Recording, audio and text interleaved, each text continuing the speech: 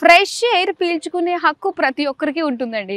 So ఇక్కడికి వచ్చిన తర్వాత ఫ్రెష్ ఎయిర్ కానీ ప్రతిదీ కూడా ఎంత హాయిగా అనిపిస్తుందో.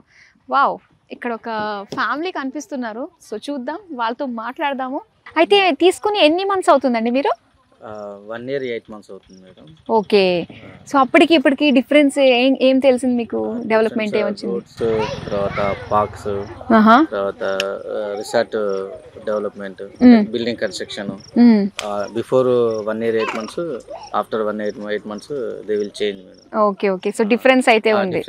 సో వన్స్ ఆ లెమన్ ట్రీ రిసార్ట్ రెడీ అయిందంటే మాత్రం ఇంకా అసలు జనాలు పోటీ పడతారు ఇక్కడ రావడానికి. ఆ టైంలో మనకు అనిపిస్తుంది కదా, అబ్బా మనం తీసుకుని మంచి పని చేసాను రా బాబు అని చెప్పి. అంటే ముందు ఇంకా డెవలప్మెంట్ అయ్యి అందరికి అందుబాటులోకి వస్తే ఇంకా హ్యాపీ.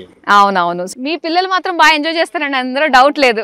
వాళ్ళ మమ్మీ ప్రతిసారి ఇక్కడికి వెళ్దాం, హాలిడే వచ్చిందా హాలిడే తీసుకునే వెళ్దాం అని చెప్పేసి రెడీగా చేస్తారు వాళ్ళు. First already they are doing enjoy.